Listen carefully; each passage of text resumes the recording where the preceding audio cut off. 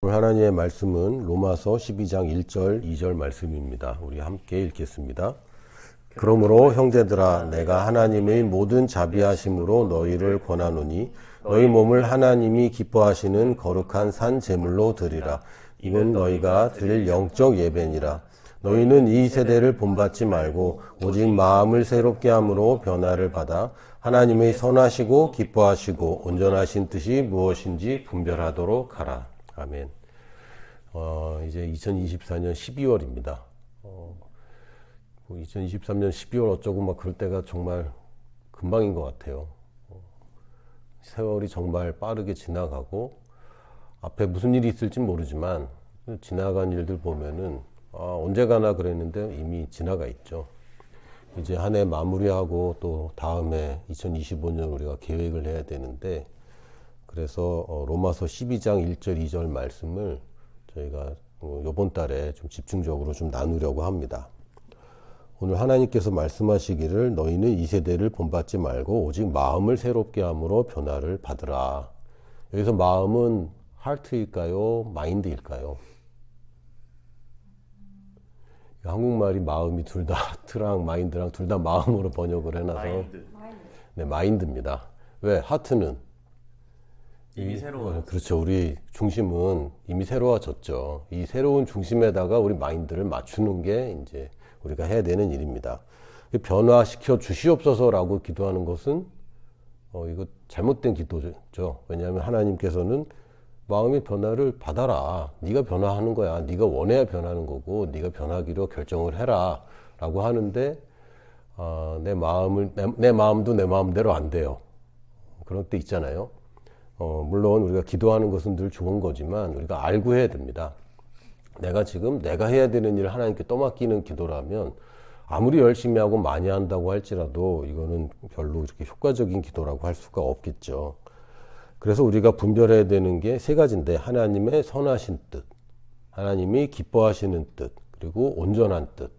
이 세 가지를 우리가 분별을 해야 됩니다. 그래서 첫 번째 오늘은 하나님의 선한 뜻이 무엇인가, 하나님의 선한 일이 무엇인가에 대해서 좀 말씀을 나누려고 합니다. 가장 먼저 선한 일, 선하다. 선하다도 한국말에는 이게 선이라는 것은 한자어고 선하다라는 것은 좋다 혹은 착하다. 이 두 가지 뜻을 다 가지고 있어요. 그래서 요새는 우리가 뭐 가격이 착하다.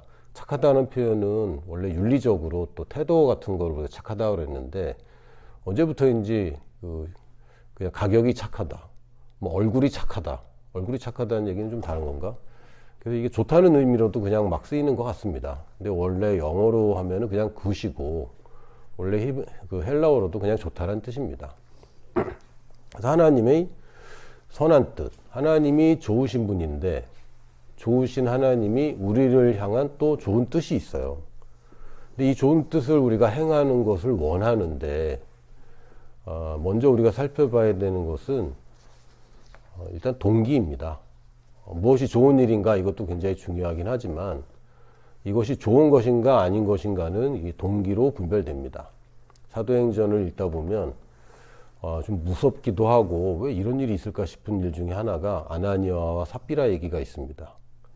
그걸 길게 설명하자면 좀 길기도 한데 바나바가 자기 땅을 팔았고 땅을 자기 소유에 얼마를 팔았을까요? 전부. 그런 얘기 없어요. 그냥 땅을 팔았어요. 얼마나 바나바가 자기 땅 모든 땅을 다 팔았다 그런 얘기는 없고 땅을 팔았고 땅을 판 전부를 헌금했습니다. 그러니까 전 재산을 바친 게 아니라 일부일 수 있는데 그 일부를 판 모든 돈은 그냥 헌금을 한 거죠. 왜? 작정을 했고 그렇게 하기로 했고 또 그렇게 하면서 모든 것이라고 얘기했고 실제로 이 앞뒤가 맞는 행동을 했습니다. 아나니아와 삽비라도 재산을 팔았는데 이 사람들은 어떻게 하면 전부 다 드린다고 해놓고서 안 드리는 거죠. 근데 왜 이 아나니아와 삽비라는 다르게 했을까요? 아까운 마음이 들으면 내 절반을 드립니다 라고 하면 되거든요. 근데 그렇게 안 한 거예요. 그게 문제인 겁니다. 그러니까 감춘 게 문제가 아니라 하나님이 늘 우리에게 전재산 그러지 않습니다.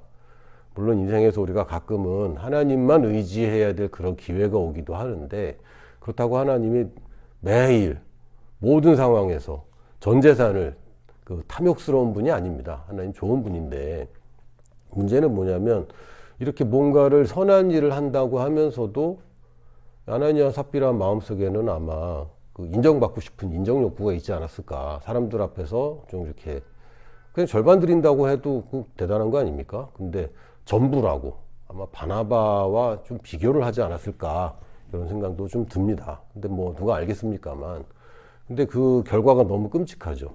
남편이 죽고 장사하고 돌아오는 사람들이 오자마자 또 아내가 죽고 그 장사를 2번이나 하루에 이렇게 치르게 되는데 뭐 여러 가지 뭐 왜 이런 일이 하나님이 죽이신 거냐 도대체 어떻게 된 거냐.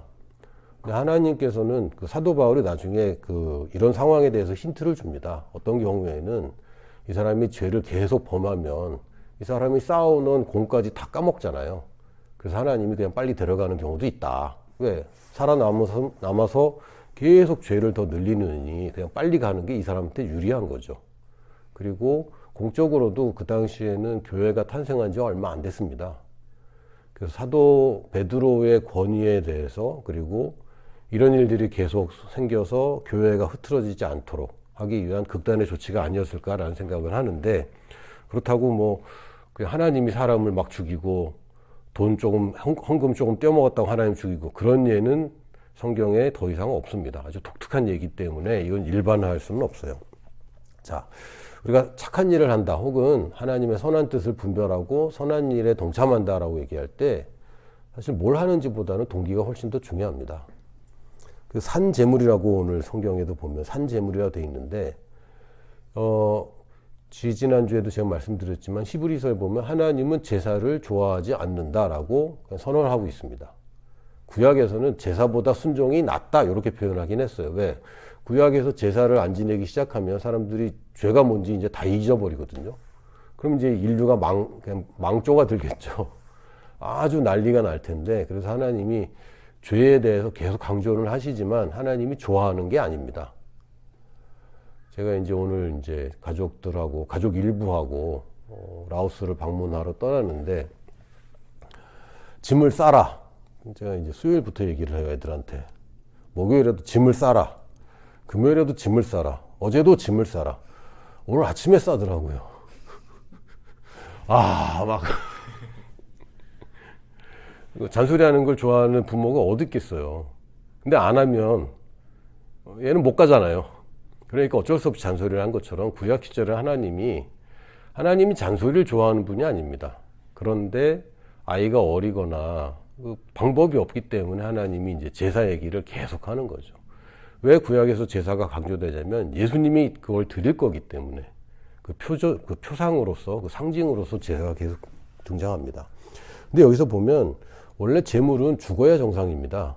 희생을 해야 정상이에요. 제물이라는 제사라는 단어 자체에 희생이라는 의미가 있지만 우리가 내가 희생해서 하나님께 뭘 한다는 동기를 좀 확인해야 됩니다. 내가 하나님께 손해보는 짓을 하는 게 아닙니다. 선한 일을 한다, 내가 호구되고 손해본다 그런 얘기가 아닙니다. 좋은 일을 하는 겁니다. 누구에게? 나에게. 하나님께 좋은 것은 나에게 좋은 것입니다. 왜? 우리 편이니까. 하나님이 이미 내 편이고 나도 하나님 편이기 때문에 하나님한테 좋은 일을 하는 것은 나한테 좋은 일입니다. 근데 하나님을 내가 좋을 대로 막 그렇게 좀 조종하고 싶다. 이러면 이제 곤란해질 뿐이지 선한 일이라는 것은 하나님한테는 좋은데 나한테는 안 좋은 거 이런 얘기를 하는 게 아니라 산재물이라는 것은 내가 삶으로 하나님 편에 서서 드리는 삶을 얘기하는 것이지 죽음을 얘기하는 것이 아닙니다. 나는 내가 죽고 희생해서 하나님을 위하는 것이 아니라 내가 사는 것 자체가 내가 누구 편에 서 있고 내가 소속이 어디이고 내 새로운 본성이 무엇인지 그거를 하는 거고요. 나의 영광을 위해서 사는 게 아니라 하나님의 영광을 위해서 산다는 것을 의미합니다.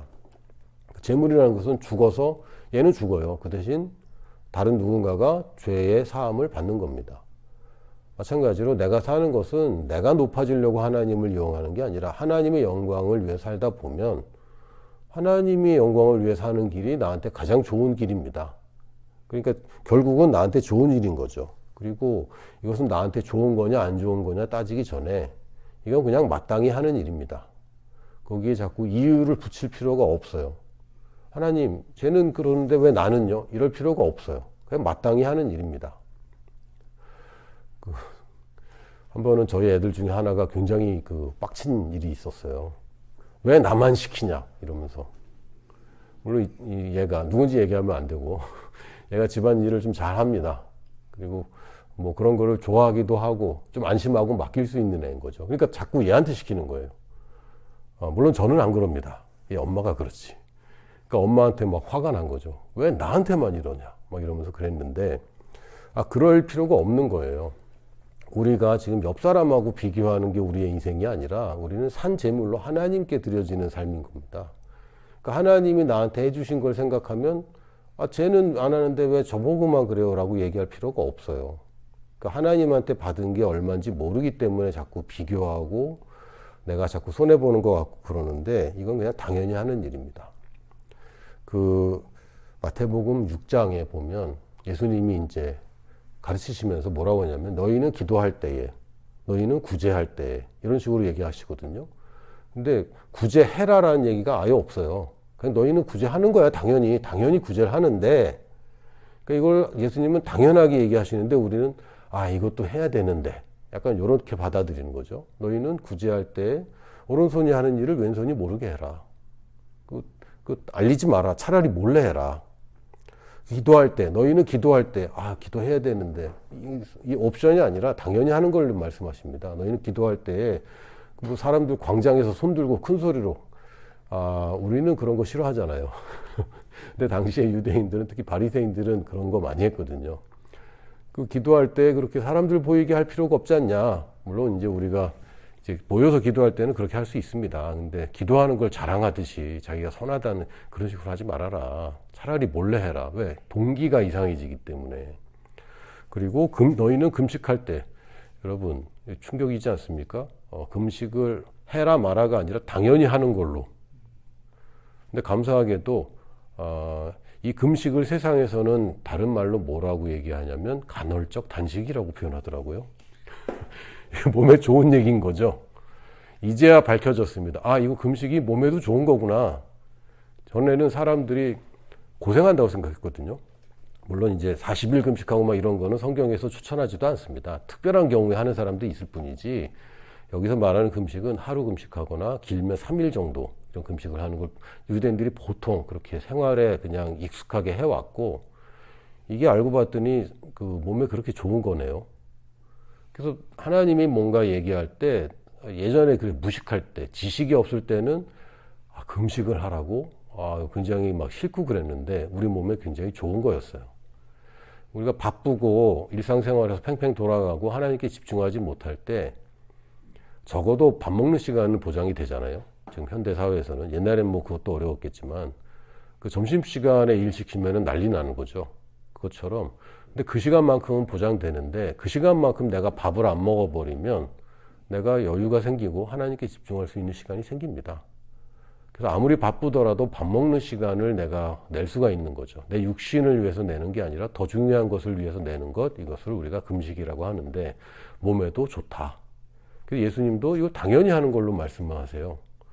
해야 돼, 더 많이 해야 돼 이게 아니라 그냥 당연히 하는 걸로 마땅히 해야 될 일을 성경이 얘기하는데 우리는 그냥 해야 되는데 이 정도로 반응을 한다면 뭔가 지금 앞뒤가 안 맞게 됩니다. 이런 일을 할 때도 차라리 몰래 해라. 금식할 때도 단장을 더 해라. 금식하면 좀 푸석해지거든요. 사람이 기운이 없고. 저도 조금 길게 해봤어요. 그때 얼마나 했는지 기억이 안 나. 15일을 했나 20일을 했나 이렇게 해봤는데 몸이 느려져. 걷는 것도 느려지고 말하는 것도 느려져요. 근데 그걸 티내지 말라는 거죠. 물론 그렇게 길게 하면 티가 안 날 수가 없습니다. 일단 몸이 쪼그라들거든요. 어조비가 돼요. 어깨가 좁아지고 상반신이 되게 이렇게 압축되더라고요. 근데 그런 거 얘기하는 게 아니라 평소에 하루 뭐 이틀 금식하는데 그렇다고 사람들한테 막 숨기라는 얘기가 아닙니다. 숨어서 금식하라는 얘기가 아니라 그걸 내세우지 말아라. 차라리 몰래 하라고 얘기하시는 게 우리가 쌓는 곳이 이 땅의 보물을 쌓는 게 아니라 하늘에 쌓기 때문에 이걸 주의하라는 거죠. 우리가 선한 일을 아무리 잘하더라도 이 땅에서 영광을 받아버리면 그 하늘에는 아무것도 없어요. 그것만큼 억울한 게 어디 있습니까? 이 땅에 쌓아놓는 건 어차피 못 가져가는데 이 땅에서 받은 걸 하나님이 또 줄 일이 없어요. 차라리 우리가 하늘에다가 쌓는 게 맞는 거지. 우리가 동기를 바로 하면 우리가 하늘의 보물을 쌓게 되어 있습니다. 이 땅에 쌓는 거 의미 없어요. 하늘에 쌓는 보물을 우리가 원하는 것인데 그러기 위해서 우리가 동기를 먼저 구별을 해야 되고, 또한 우리가 뭘 하는지도 중요하지만 선한 방법으로 해야 됩니다. 도둑질을 해서 헌금을 할 수는 없어요. 이거 굉장히 주의해야 됩니다.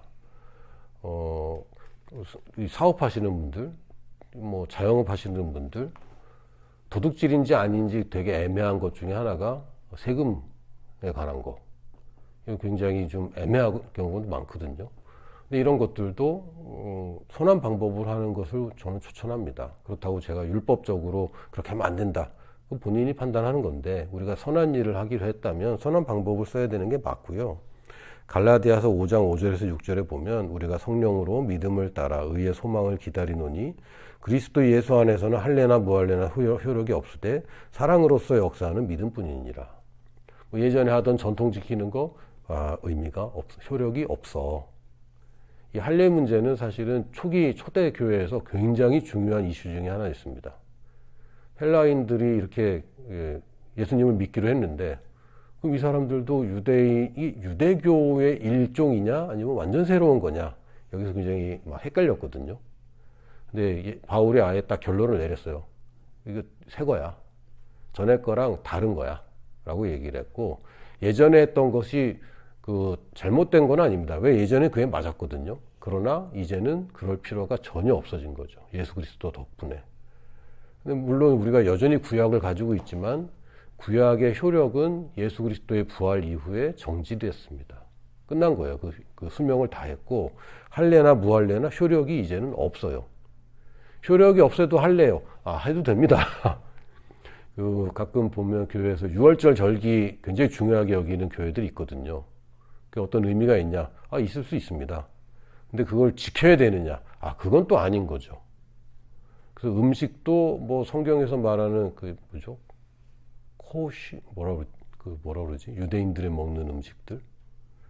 또 그런 음식 종류가 있어요. 그걸 또 막 열렬히 지키는, 그게 또 건강에 좋다고. 물론 건강에 좋을 수 있습니다. 근데 그게 어떤 율법적으로 뭐 해야 된다, 말아야 된다, 이런 건 아니고 효력이 없습니다. 영적인 효력은 없어요.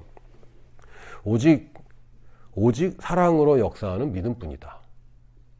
이게 무슨 뜻이냐면, 우리가 방법적으로 의로워야 된다, 뭐 탈세하면 안 된다, 이걸 넘어서 우리가 하는 모든 일들에 사랑으로 역사하는 믿음으로만 하는 겁니다.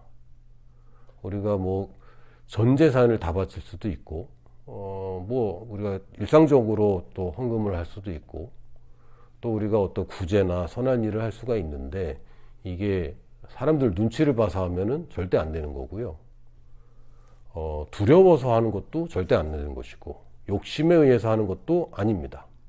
그리고 남들 다 하니까 나도 그냥 뭐 당연히 해야지, 또는 목사님이 쳐다보고 눈을 마주치면서 얘기했기 때문에 해야지, 뭐 이런 것도 아닙니다. 미국역에도 뭐 이런 분들이 있는데, 스티커 좀 붙여주세요 뭐 이런 거 있잖아요.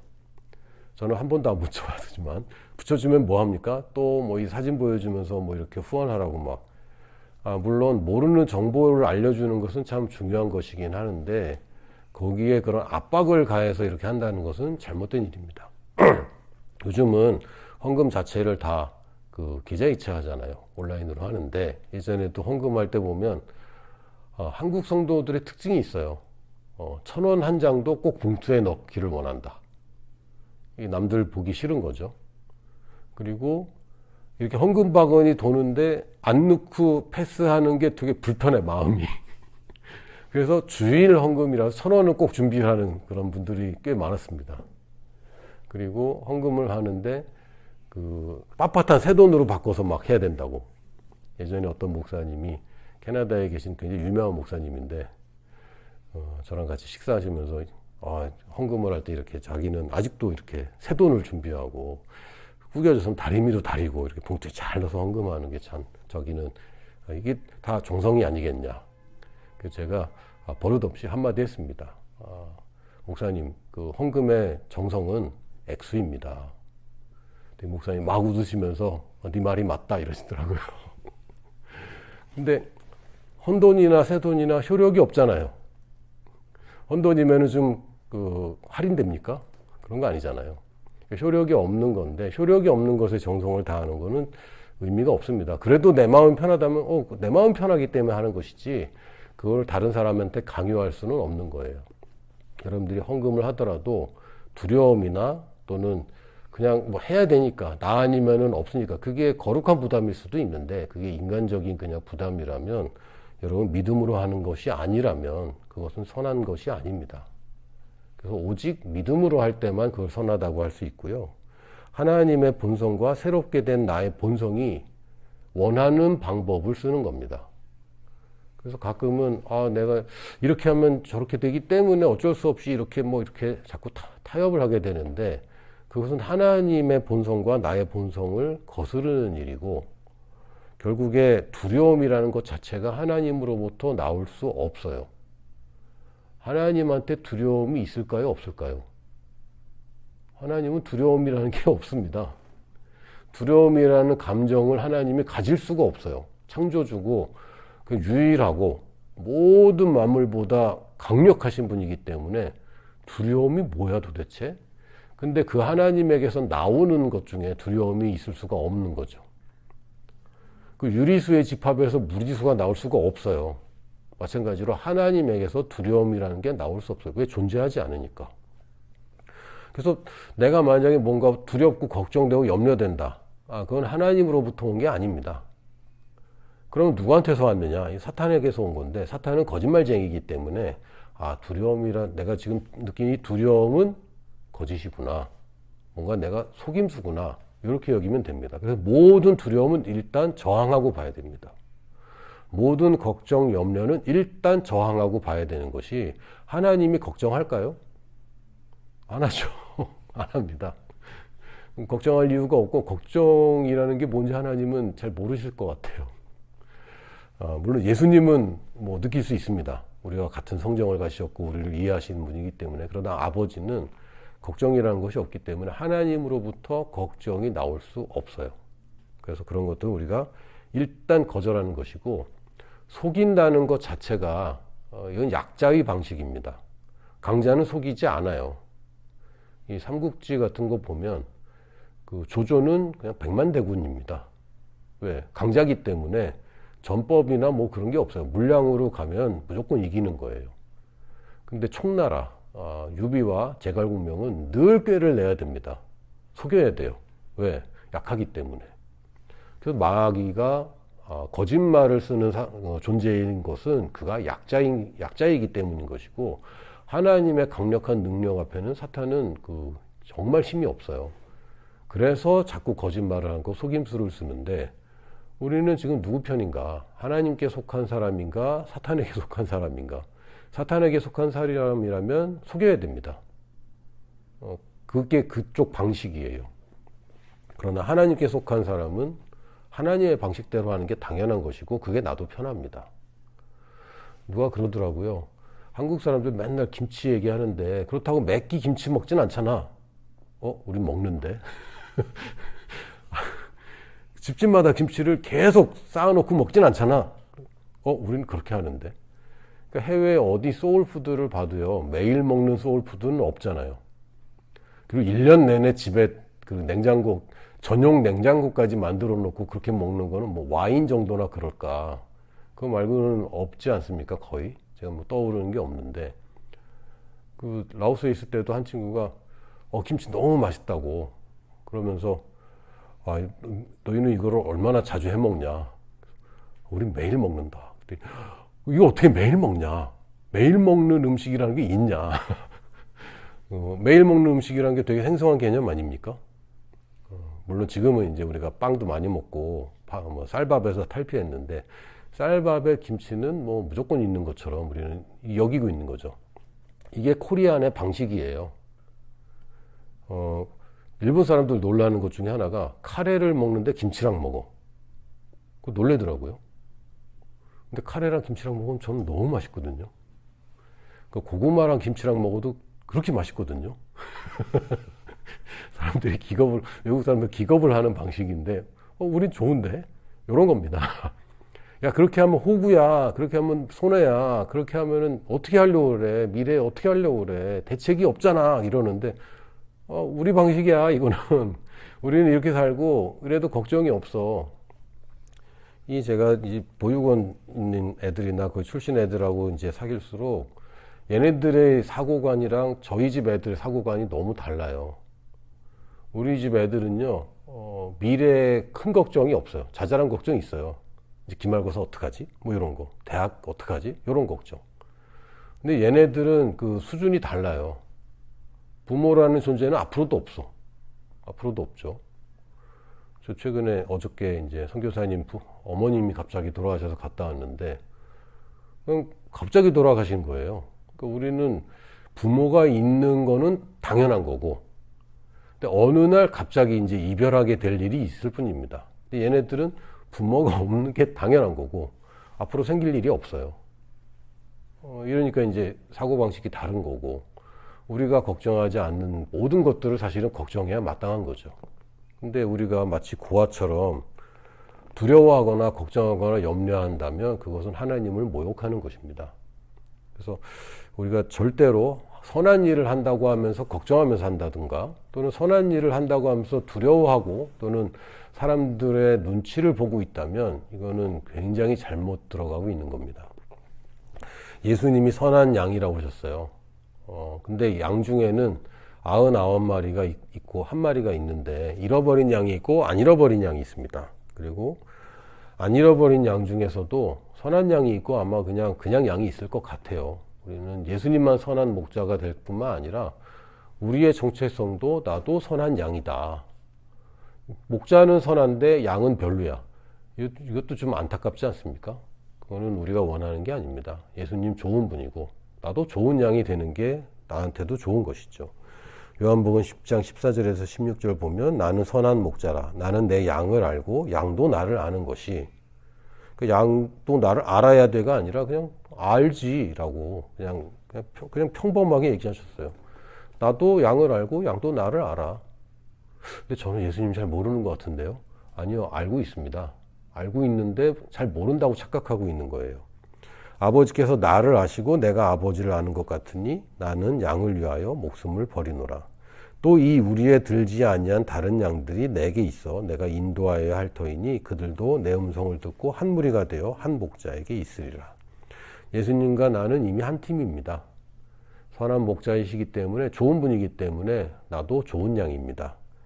이 천국에서의 가치가 우리는 중요한 것이지, 이 마태복음 18장 1절에서 5절에 보면 제자들이 물어봐요. 천국에서 누가 큽니까? 사실 여기서 제자들은 천국에 관심은 별로 없고요. 여기 그냥 킹덤입니다. 예수님이 이 땅에서 왕이 될 거라고 대부분 믿었습니다. 그러니까 하늘나라, 예수님은 계속 하늘나라 얘기하시는데, 헤븐리 킹덤을 얘기하시는데, 제자들은 이 땅의 왕국을 계속 그런 개념을 가지고 있었어요. 그래서 예수님이 안 죽고 이 땅에서 로마를 그냥 뒤집어 엎어버리고 전 세계를 지배하는 왕이 될 것이다. 다윗과 같은 왕이 될 것이다라는 걸 믿었기 때문에 계속 예수님은, 야, 너희들 자꾸 땅 얘기하는구나. 그게 아니고 저 위의 것을 얘기를 해야지 라고 얘기하셨고, 제자들이 예수께 나와 이르되 천국에서는 누가 크니까? 예수님 왕이 앉으시면 왕국에서는 누가 제일 큰 사람이 될까요? 그걸 알면은 그렇게 하면 되잖아요. 누가 가장 크게 높임을 받겠습니까? 라고 하면 우리 그거 하고 싶잖아요. 다른 거 말고. 근데 예수께서 한 어린아이를 불러 그들 가운데 세우시고 이르시되, 진실로 너희에게 이르노니 너희가 돌이켜 어린아이들과 같이 되지 아니하며 결단코 천국에 들어가지 못하리라. 그러므로 누구든지 이 어린아이와 같이 자기를 낮추는 사람이 천국에서 큰 자니라. 천국의 방식은 좀 다릅니다. 우리는 높아져야 높은 사람인데 길을 쓰고 높이 가려고 애를 많이 쓰죠. 그런데 천국의 방식은 이 땅에서 낮아져야, 낮으면이 아니라 낮아질수록 높아진다는 겁니다. 우리가 지금 뭐 어떻게든 그 평가를 뭐 사람마다 다르고 사회마다 시대마다 다르겠지만 우리가 어디 있는 위치가 있습니다. 이게 경제적인 위치든 사회적인 위치든 어쨌든 위치는 있어요.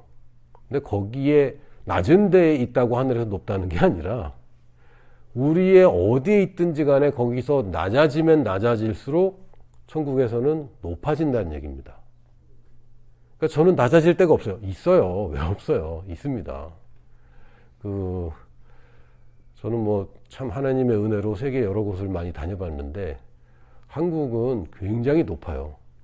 제가 대학교 동기들하고 이제 송년 모임을 했거든요. 11월 달에 했습니다. 근데 한국이 무슨 선진국이냐 이런 친구가 있더라고요. 야, 240개국 중에 한국이 10위 정도면 엄청 선진국 아니냐. 한국은 무지하게 선진국입니다. 우리가 맨날 미국하고 비교하고 뭐 더 잘 사는 나라랑 비교하면 아니지만 전 세계적으로 보면 한국의 가장 가난한 사람도 세계 가난한 나라 가면요. 이 사람 가난하지 않습니다. 그 정도로 우리가 낮아질 수 있는 위치라는 것은 참 감사하죠. 그래서 우리가 낮아질수록 더 높아지는 것이고 그러면 이 땅에서 큰 일은 뭡니까? 이 낮은 자를 섬기는 일이 가장 큰 일입니다. 그래서 뭐라고 하셨냐면 또 누구든지 내 이름으로 이런 어린아이 하나를 영접하면 곧 나를 영접합니다.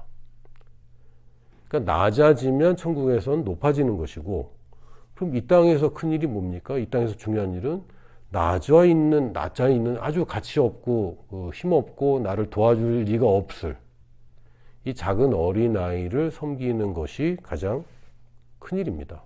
어느 정도냐면 나한테 하는 거야. 이거 대단한 일이죠. 예수님이 이런 얘기를 또 반복해서 하셨는데 내가 갇혔을 때 네가 찾아왔잖아. 내가 헐벗었을 때 네가 옷을 줬잖아. 내가 굶주렸을 때 먹을 걸 줬잖아. 근데 그 사람들이 아니 예수님이 언제 감옥 가셨어요? 언제 난 그런 일 한 적이 없는데요? 그랬더니 예수님이 네가 이웃에게 이 작은 자에게 낮은 자에게 한 게 나한테 한 거야. 이렇게 얘기하셨습니다. 그러니까 우리가 뭐 하나님을 위해서 막 자기 몸을 불살라 주고 그거 예수님한테 별로 필요하지 않아요. 예수님한테 나의 희생이 별로 필요하지 않기 때문에 내가 금은 보물을 하나님께 드린다고 하더라도 그게 가치가 없습니다. 하나님께는 가치가 없어요. 그러나 그것이 가장 가치 있는 사람에게 가면 하나님이 기뻐하시고 예수님은 그게 나한테 한 거야. 이렇게 말씀하시는 거죠. 제가 그냥 생각해 봐도 큰애가 용돈 받아서 아빠 생일이라고 다이소 가서 선물을 사주면 맥시멈 5,000원 아닙니까?